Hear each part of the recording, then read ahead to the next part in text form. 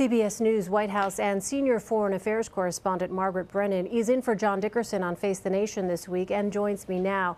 Margaret, let's start with North Korea. Yet another provocation this weekend. President Trump has tweeted about it. Do we have a sense of a larger strategy and how this administration is dealing with North Korea? Well, the president is going to convene his National Security Council to talk about options. We know from the tweets he sent this morning that he's calling this a major nuclear test and saying that appeasement is not an option here. But what we have heard from this administration over the course of the week are some differing things. It seems like the president is saying diplomacy right now is not a viable option, but those in his national security cabinet, particularly the Secretary of Defense himself, Jim Mattis, have been vehement that that doesn't mean there isn't a diplomatic opening in here, that there is not a way still to avoid some sort of military confrontation.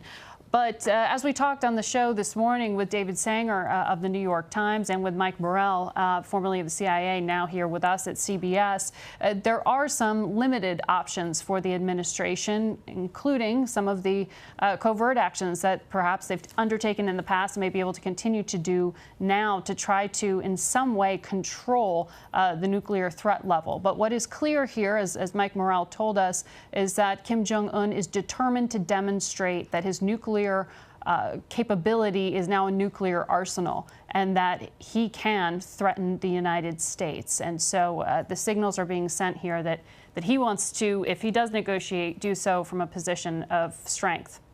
Meanwhile, Margaret, on the domestic front, there's the question of relief funding for Harvey victims. Some Republicans have been hesitant in the past about big spending packages, for example, after Superstorm Sandy.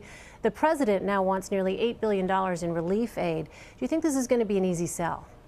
Well, that $8 billion is just really a down payment because we know the administration's already saying they're going to need at least $6 billion more within a short time, and that may not be the end of it. So this is a conversation we're going to probably have a few times here in Washington by the time Houston really begins to recover.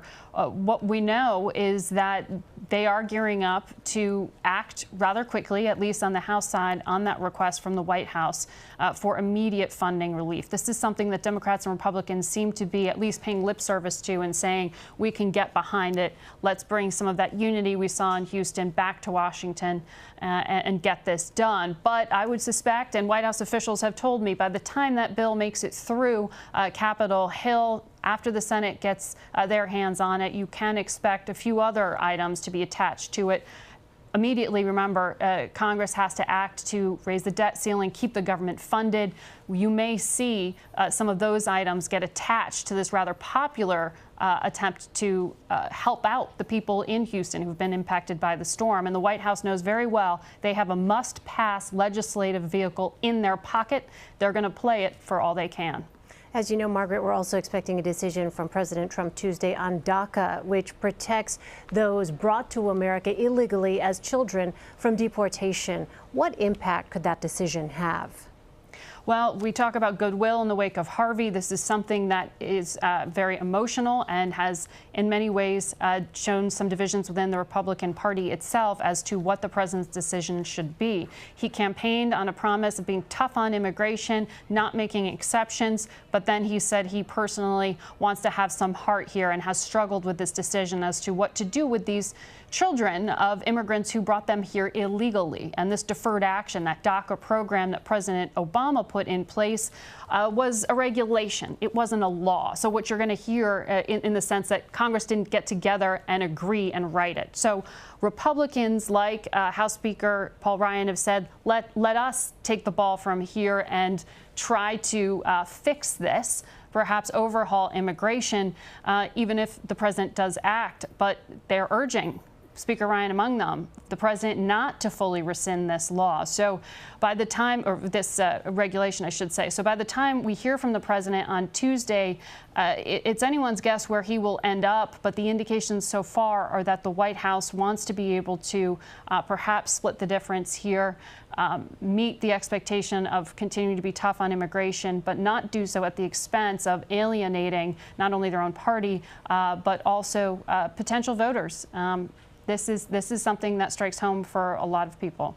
So to follow up on that, Margaret, given what you just laid out, the political landscape on this issue, if the president did decide to end this program, could this have political consequences down the road for the Republican Party?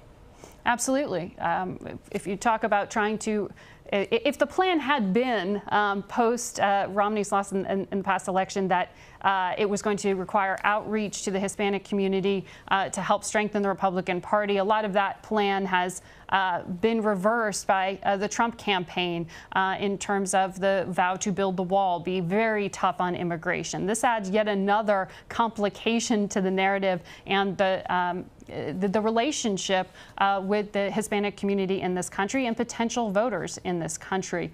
So that is why you are hearing, particularly from some of these Congress people like Mike Kaufman of Colorado, who have a lot of Hispanics in their districts, who have some skin in this game, that they don't see this as a clear black and white immigration issue. They understand that a lot of these children who are now adults haven't known another country beyond the United States, and their view shouldn't be punished for the sins of the father, so to speak. So this is something that Congress is going to have to struggle with if the president does sort of kick the ball over to them, saying, okay, if you love it so much, figure out a way to legislate it.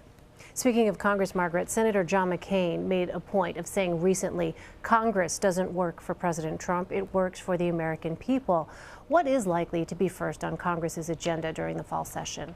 Well, Senator McCain is coming back and gearing up for a fight in the wake of his medical treatments. He is not pulling any punches here. He's been clear that he thinks he wants to bring back to Washington a sense of getting things done, but also American leadership and some frustration here, as he said very clearly.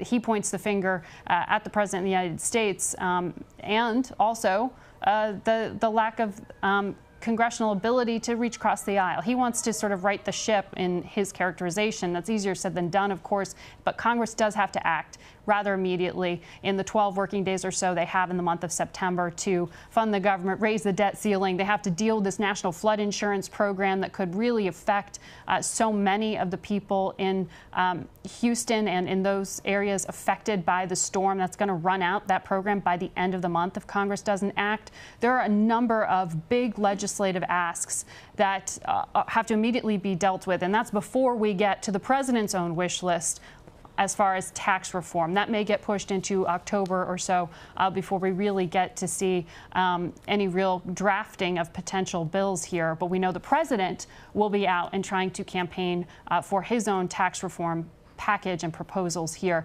That, of course, is still in negotiation and being written behind the scenes as those at the White House and Capitol Hill continue to talk about what those rates could be. A lot at stake in the days and weeks ahead. Margaret Brennan, thanks so much.